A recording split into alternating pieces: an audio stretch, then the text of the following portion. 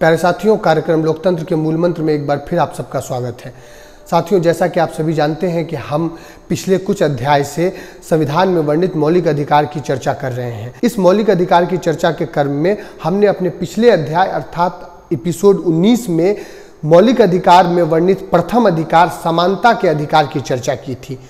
इस बार एपिसोड 20 में हम मौलिक अधिकार में वर्णित स्वतंत्रता के अधिकार की चर्चा शुरू करने जा रहे हैं। परंतु साथियों, इससे पहले एपिसोड 20 के अंतर्गत स्वतंत्रता के अधिकार की चर्चा शुरू की जाए, हम अपने सभी श्रोताओं एवं दर्शकों को मौलिक अधिकार के प्रथम अधिकार समानता के अधिकार, जिसकी चर्चा पिछले अध्याय एपिसोड 19 में हुई थी, उसकी कुछ झलकियां पेश कर रहे हैं।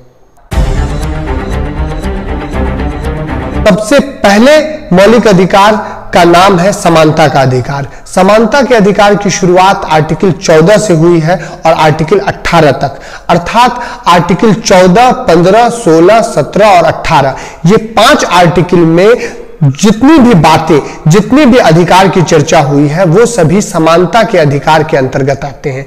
आर्टिकल 14 कानूनी समानता की बात करता है, आर्टिकल 15 सामाजिक समानता की बात करता है, आर्टिकल 16 आर्थिक समानता की बात करता है, जिसे अवसरों की समानता कहेंगे। ये तीनों समानता हमें समाज में लाना होगा, इसके लिए हमें प्रयास करना होगा। आर्टिकल 17 और आर्टिकल 18 क्या कहता है कि नहीं, ऐसा नहीं करना होगा। कैसा नहीं करना होगा? हमें अस्पृश्यता अर्थात छुआछूत बंद करना होगा और हमें उपाधियां देना बंद करना होगा, तभी हम समान रूप से समानता के अधिकार को समाज में लागू कर पाएंगे। तो साथियों, एपिसोड 19 की झलकियों को देखने के बाद अब हम मौलिक अधिकार के दूसरे अधिकार अर्थात स्वतंत्रता के अधिकार की शुरुआत करने जा रहे हैं। तो आइए शुरू करते हैं कार्यक्रम लोकतंत्र के मूल मंत्र का 20वां अध्याय। प्यारे साथियों, संविधान में वर्णित फंडामेंटल राइट्स अर्थात मौलिक अधिकार हम नागरिकों को समझना और जानना बहुत जरूरी है। जैसे कि मौलिक अधिकार में वर्णित प्रथम अधिकार समानता के अधिकार की चर्चा आर्टिकल 14 से 18 तक हुई थी, जिसकी चर्चा हमने पिछले अध्याय में किया था। उसी तरीके से मौलिक अधिकार में वर्णित दूसरा अधिकार है स्वतंत्रता का अधिकार। इसकी चर्चा आर्टिकल 19 से आर्टिकल 22 तक हुई है, अर्थात आर्टिकल 19, 20, 21 और 22, इन चारों आर्टिकल में जितनी भी बातें, जितनी भी चर्चाएं की गई है, वो नागरिकों के स्वतंत्रता से संबंधित है। इसे स्वतंत्रता का अधिकार कहते हैं। तो साथियों, आज हम बात करेंगे स्वतंत्रता के अधिकार में वर्णित प्रथम आर्टिकल 19 की।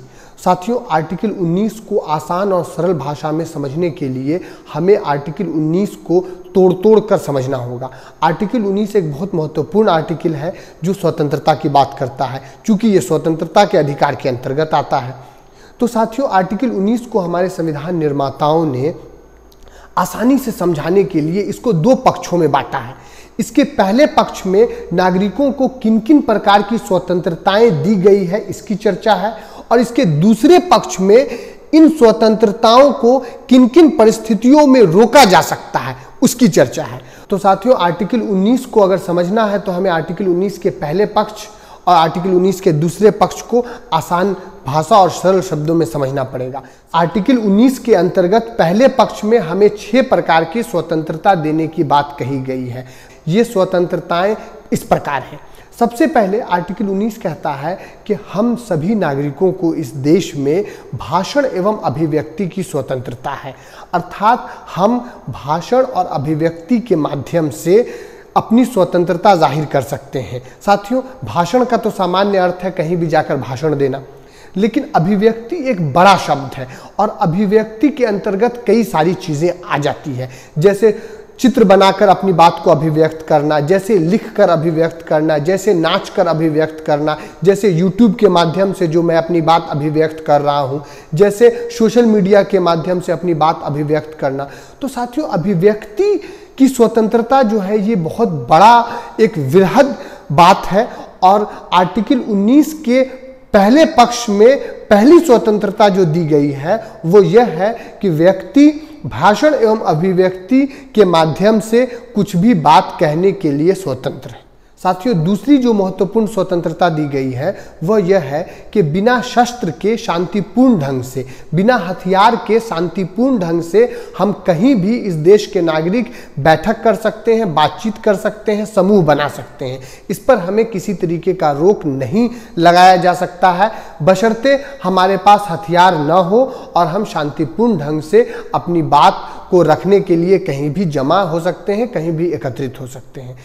तीसरी स्वतंत्रता जो दी गई है वो यह है कि हम इस देश में किसी भी प्रकार का संघ बना सकते हैं, किसी भी प्रकार का संगठन बना सकते हैं। जैसे मैं जनगठ फाउंडेशन एक संगठन, एक एनजीओ बनाकर आप सबके सामने हर रविवार इस तरह के जागरूकता से भरे कार्यक्रम लेकर आता हूं, उसी तरीके से आप भी कोई एनजीओ बना सकते हैं, संघ बना सकते हैं, संगठन बना सकते हैं, मजदूर संघ बना सकते हैं, ऑटो संघ बना सकते हैं, रिक्शा संघ बना सकते हैं, तो साथियों रेलवे संघ बना सकते हैं। तो साथियों, तीसरी जो स्वतंत्रता है वह यह है कि हम इस देश में कहीं भी संघ या संगठन बना सकते हैं। साथियों, चौथी जो स्वतंत्रता है वह यह है कि इस देश के नागरिक होने के नाते हम इस देश में कहीं भी घूम सकते हैं, कहीं भी आ जा सकते हैं, किसी प्रकार का कोई रोक नहीं लगेगा। पांचवी स्वतंत्रता यह है कि हम इस देश में कहीं भी जाकर घर बना सकते हैं, वहां बस सकते हैं, वहां रह सकते हैं, वहां अपना जीवन यापन कर सकते हैं। और छठी स्वतंत्रता जो इस मौलिक अधिकार के माध्यम से हम नागरिकों को दी गई है वह यह है साथियों कि हम इस देश में कहीं भी जाकर अपना व्यापार, अपना वाणिज्य, अपना दुकान लगा सकते हैं और अपना व्यवसाय, अपनी आजीविका कमा सकते हैं। तो साथियों, हमने मौलिक अधिकार के दूसरे अधिकार, स्वतंत्रता के अधिकार के अंतर्गत आर्टिकल 19 के दो पक्षों को समझने का प्रयास किया। आर्टिकल 19 के अंतर्गत पहले पक्ष में हमें 6 प्रकार की स्वतंत्रता देने की बात कही गई है। साथियों, यहाँ पर एक बहुत महत्वपूर्ण बात कार्यक्रम के मूल मंत्र के रूप में मैं आप लोगों को बता रहा हूँ कि जब हमारा संविधान बना था तो आर्टिकल 19 के अंतर्गत 6 प्रकार की स्वतंत्रता नहीं दी गई थी, बल्कि 7 प्रकार की स्वतंत्रता दी गई थी। तो आप पूछेंगे 7वीं प्रकार की स्वतंत्रता तो मैंने बताया ही नहीं। तो साथियों, 7वीं प्रकार की स्वतंत्रता है संपत्ति अर्जित करने की स्वतंत्रता। परंतु संपत्ति अर्जित करने की इस स्वतंत्रता को अब वर्तमान में खत्म कर दिया गया है। साथियों, 44वें संविधान संशोधन 1978 द्वारा जनता दल की सरकार, मोरारजी देसाई जब प्रधानमंत्री थे तो देश में 44वां संविधान संशोधन 1978 के माध्यम से आर्टिकल 19 के पहले पक्ष में जो 7 प्रकार की स्वतंत्रता दी गई थी उसमें से एक संपत्ति अर्जित करने की स्वतंत्रता को खत्म कर दिया गया है। और मैं आपको ये भी बताता चलूं कि हमने फंडामेंटल राइट्स के शुरू के एपिसोड में बताया था कि हमारे देश में 7 प्रकार के फंडामेंटल राइट्स थे, लेकिन अब 6 प्रकार के हैं। 7वां फंडामेंटल राइट्स था जो अब खत्म कर दिया गया है, संपत्ति रखने का अधिकार। तो साथियों, वर्तमान स्थिति ये है कि आर्टिकल 19 के अंतर्गत पहले पक्ष में जो 6 प्रकार की स्वतंत्रता दी गई है उसका जिक्र हमने आपके सामने कर दिया है। अब साथियों, आर्टिकल 19 के दूसरे पक्ष पे बात करते हैं। तो साथियों, आर्टिकल 19 को आसानी से समझने के क्रम में यदि इसके दूसरे पक्ष पे बात करें तो आर्टिकल 19 का दूसरा पक्ष यही बतलाता है कि हमें इस देश के सभी नागरिकों को जो आर्टिकल 19 6 प्रकार की स्वतंत्रता देता है, ये स्वतंत्रता मनमर्जी नहीं है, ये स्वतंत्रता एब्सोल्यूट नहीं है, बल्कि इस स्वतंत्रता पर कुछ परिस्थितियों में रोक लगाने की बात कही गई है। ये परिस्थितियां क्या है साथियों? पहली परिस्थिति है कि देश की एकता, अखंडता और देश की सुरक्षा पर प्रश्न चिन्ह होने पर। दूसरी परिस्थिति ये है अन्य देशों के साथ संबंध खराब होने पर। तीसरी परिस्थिति ये है कि जब अपराध और अपराधियों का उद्दीपन अर्थात उसकी बढ़ोतरी होने लगे तो। चौथी परिस्थिति क्या है? लोक व्यवस्था खराब होने पर। पांचवी परिस्थिति क्या है? न्यायपालिका की अवमानना करने पर अर्थात न्यायपालिका द्वारा कही गई बात को नहीं मानने पर। और छठी परिस्थिति है साथियों सामाजिक सौहार्द के बिगड़ने पर। तो साथियों, इन 6 प्रकार की परिस्थिति होने पर पहले पक्ष में जो स्वतंत्रता 6 प्रकार की स्वतंत्रता दी गई है उस पर रोक लगाया जा सकता है। तो साथियों, मौलिक अधिकार के दूसरे अधिकार स्वतंत्रता के अधिकार में वर्णित पहले आर्टिकल 19 का सार ये हुआ कि आर्टिकल 19 को 2 भागों में बांटकर समझाया गया है। पहले भाग में 6 प्रकार की स्वतंत्रताएं दी गई है। ये 6 प्रकार की स्वतंत्रता है: भाषण एवं अभिव्यक्ति की स्वतंत्रता, बिना हथियार कहीं भी बैठने समूह बनाने की स्वतंत्रता, संगठन या संघ बनाने की स्वतंत्रता, देश में कहीं भी आने जाने घूमने फिरने की स्वतंत्रता, देश में कहीं भी बसने की स्वतंत्रता और देश में कहीं भी व्यापार करने की स्वतंत्रता। 7वीं स्वतंत्रता की बात कही गई थी कि संपत्ति अर्जित करने की स्वतंत्रता, परंतु इसे 44वें संविधान संशोधन 1978 में खत्म कर दिया गया है। ये था आर्टिकल 19 का पहला पक्ष, जिसमें 6 प्रकार की स्वतंत्रताएं नागरिकों को, देश के सभी नागरिकों को देने की बात कही गई है कि वो अपने स्वतंत्रता का प्रयोग करें। परंतु ये सभी स्वतंत्रता एक नैतिक स्वतंत्रता हो, यहाँ मनमर्जी नहीं चले, आपकी स्वतंत्रता से किसी की स्वतंत्रता बाधित नहीं हो, आपकी स्वतंत्रता से देश का नुकसान नहीं हो, इस चीज को ध्यान में रखते हुए आर्टिकल 19 के दूसरे पक्ष की बात कही गई।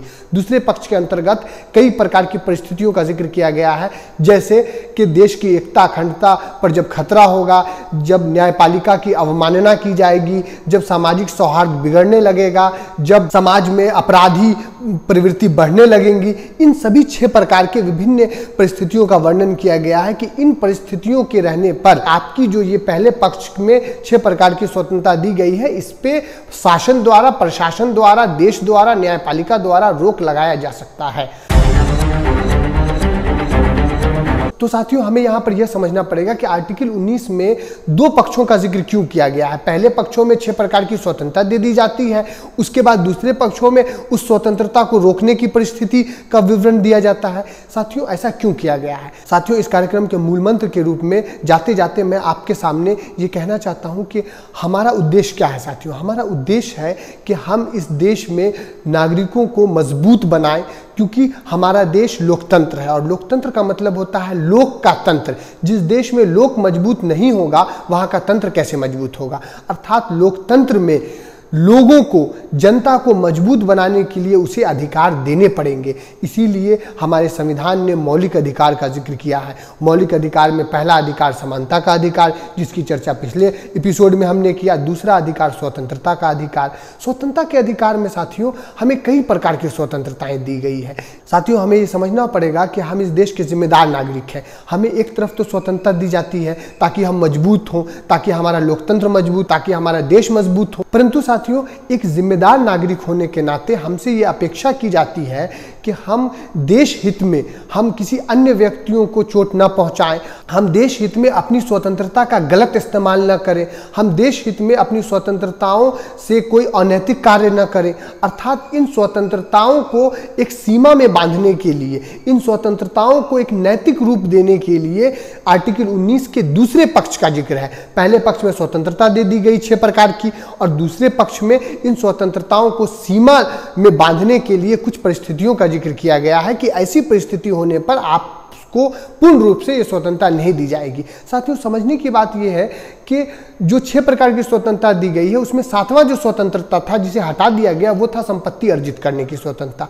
यदि हम इस पे बात करें कि संपत्ति अर्जित करने की स्वतंत्रता क्यों ले ली गई, इसलिए ले ली गई साथियों, क्योंकि आज हम देख सकते हैं कि देश में ही नहीं, पूरे विश्व में 2%, 3% लोगों के पास जितना धन है, उतना धन 60% लोगों के पास है। अर्थात कहीं कुछ लोग तो सोने की चम्मच से और प्लेन से उतरते हैं, प्लेन में सोते हैं, प्लेन में उठते हैं, प्लेन में बैठते हैं। उनको 50 मंजिला घर है, उनको 100 मंजिला घर है, और कहीं किसी व्यक्ति को खाने को रोटी नहीं, पहनने को कपड़ा नहीं और सोने को बिस्तर नहीं, घर तो दूर की बात है। साथियों, यदि संपत्ति अर्जित करने की पूर्ण स्वतंत्रता दे दी जाती तो हमारे देश में ये जो अमीर गरीब की खाई है ये और चौड़ी हो जाती। अर्थात मौलिक अधिकार के 7वें अधिकार से भी प्रॉपर्टी राइट्स को हटा दिया गया है, और आर्टिकल 19 के पहले पक्ष में 7वें पॉइंट जिसमें लिखा था कि संपत्ति अर्जित करने का अधिकार है, उसे हटा दिया गया। तो साथियों, संविधान में लगातार संशोधन होते रहते हैं, और ये संशोधन क्यों होते हैं, कैसे होते हैं, इसकी चर्चा हमने अपने कई विभिन्न सारे पिछले एपिसोड में किया है। आप सभी साथियों से गुजारिश है, नम्र निवेदन है कि आप साथियों हमारे पिछले एपिसोड्स को देखिए। जो साथी हमारे एपिसोड नहीं देखे हैं, हमने न्यायपालिका की चर्चा की है, हमने कानून कैसे बनता है, ये सभी चर्चाएं की है। अभी हम संविधान में वर्णित मौलिक अधिकार के सीरीज पे चल रहे हैं। मौलिक अधिकार के इस सीरीज में आज का सीरीज था स्वतंत्रता का अधिकार। स्वतंत्रता के अधिकार में आर्टिकल 19 से 22 तक चर्चा की गई है। आज हमने आर्टिकल 19 के दोनों पक्षों को आसानी और सरल शब्दों में समझने की कोशिश की, समझा, चर्चा किया। आप सबसे निवेदन है कि इस चर्चा को अन्य लोगों तक पहुंचाएं। अगले रविवार साथियों हम इसी स्वतंत्रता के अधिकार को आगे बढ़ाते हुए आर्टिकल 19 के बाद आर्टिकल 20 पे जाएंगे। आर्टिकल 20 भी बड़ा मजेदार आर्टिकल है, इसे हम सरल और आसान शब्दों में अगले रविवार सुनेंगे, समझेंगे, आपके साथ चर्चा करेंगे। फिर आर्टिकल 21 और आर्टिकल 22 पे भी चर्चा होगी। तो साथियों आज के लिए इतना ही, हमें इजाजत दीजिए। खुश रहिए, सेहतमंद रहिए और इस वीडियो को अन्य लोगों तक पहुंचाइए, हमें फीडबैक दीजिए ताकि हम अपने वीडियोस को और सुंदर और अच्छा और अपनी चर्चा को और लाभप्रद बना सके। इससे हम मजबूत होंगे, हमारा देश मजबूत होगा, लोकतंत्र मजबूत होगा। तब तक के लिए धन्यवाद। जय भारत, जय हिंद।